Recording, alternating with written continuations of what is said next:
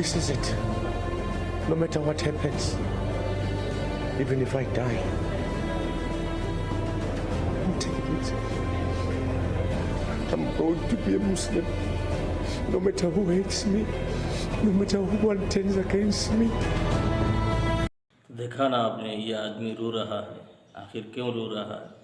ان کی آنکھوں سے آنسو کیوں جاری ہے؟ کیا ہے ان کی زندگی کی کہانی؟ چلیے سنتے ہیں انہی کی زبانی۔ شروع اللہ کے نام سے جو بڑا مہربان نہایت رحم والا ہے۔ میں ابراہیم جنوبی افریقہ کا رہنے والا ہوں۔ پچھلے 15 سالوں سے ایک چرچ میں ایک عیسائی مبلغ کی حیثیت سے خدمت انجام دے رہا ہوں۔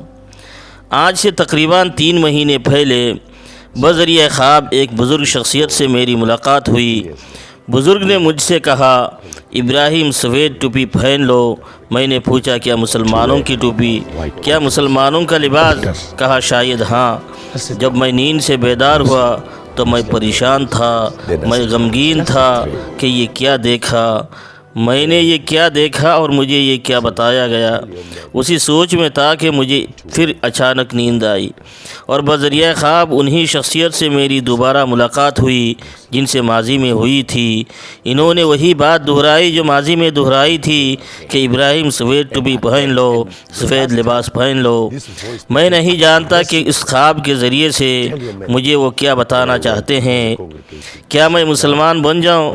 کیا واقعی مجھے اسلام قبول کر لینا چاہیے؟ میں کشمکش میں تھا۔ اسی دوران پھر مجھے نیند آئی اور خواب میں وہی صاحب نمودار ہوئے جو پچھلے 2 بار ہو چکے تھے۔ تعجب سے مجھے کہنے لگے، ابراہیم آخر تم سفید ٹوپی کیوں نہیں پہنتے؟ ایک بات بار بار بتانے کی ضرورت کیوں پڑتی ہے؟ تب میں نے فیصلہ کر لیا کہ یہ ساری باتیں مجھے اپنے احباب کے سامنے پیش کر دینا چاہیے، اپنے دوستوں کے سامنے پیش کر دینا چاہیے، انہیں بتا دینا چاہیے۔ چنانچہ میں نے اپنے دوستوں کو بلانے کا فیصلہ کر لیا جو لگ بھگ 1 لاکھ تھے۔ اگلے میٹنگ میں نے سب کو جمع کیا اور سب کے سامنے وہ ساری باتیں تفصیل کے ساتھ میں نے رکھی جو بذریعہ خواب مجھے حاصل ہوئی تھی۔ میں نے ان سے کہا کہ اللہ تعالیٰ نے ہمارے لیے راستہ آسان کر دیا ہے، اب ہمیں سفید لباس پہن لینا چاہیے اور سفید ٹوپی بھی پہن لینی چاہیے اور اسلام میں داخل ہو جانا چاہیے۔ چنانچہ سب نے میری بات مان لی۔ میں نے ان کے سامنے اقرار کیا کہ اشہد ان لا الہ الا اللہ و اشہد ان محمد عبدہ و رسولہ، کہ میں اس بات کی شہادت دیتا ہوں کہ اللہ کے سوا کوئی معبود نہیں اور محمد صلی اللہ علیہ وسلم اللہ کے بندے اور اس کے رسول ہیں۔ پھر سب نے بلند آواز میں کہنے لگے کہ نشہد ان لا الہ الا اللہ و نشہد ان محمد عبدہ و رسولہ، اور ہم بھی اس بات کی شہادت دیتے ہیں کہ اللہ کے سوا کوئی عبادت کے لائق نہیں، اور اس بات کی بھی شہادت دیتے ہیں کہ محمد صلی اللہ علیہ وسلم اللہ کے بندے اور اس کے رسول ہیں۔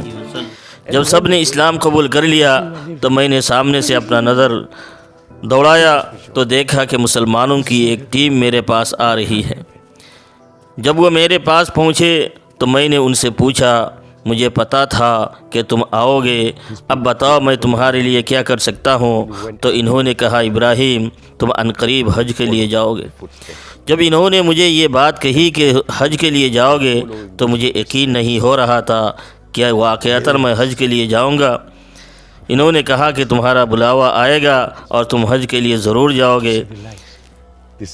چنانچہ اس سال 2023 کو مجھے بلاوا آیا اور میں حج کے لیے روانہ ہو گیا، اور اس وقت میں اس مقدس سرزمین میں کھڑا ہوں جہاں پیغمبر اسلام صلی اللہ علیہ وسلم پیدا ہوئے تھے۔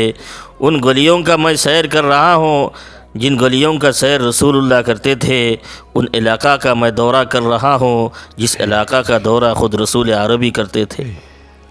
اتنے سالوں تک میں اندھیرے میں تھا، اللہ تعالیٰ کا فضل ہے، کرم ہے کہ انہوں نے مجھے روشنی دکھائی۔ اکیلا نہیں بلکہ میرے ساتھ تقریباً 1 لاکھ میرے دوست و احباب ہیں جنہوں نے میرے ساتھ اسلام قبول کیا اور سب اندھیرے سے روشنی کی طرف آئے۔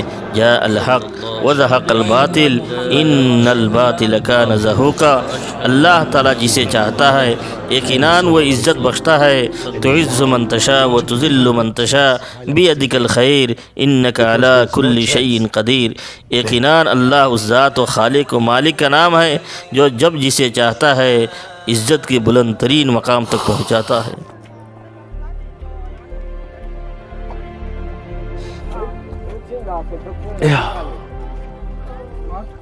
He is light.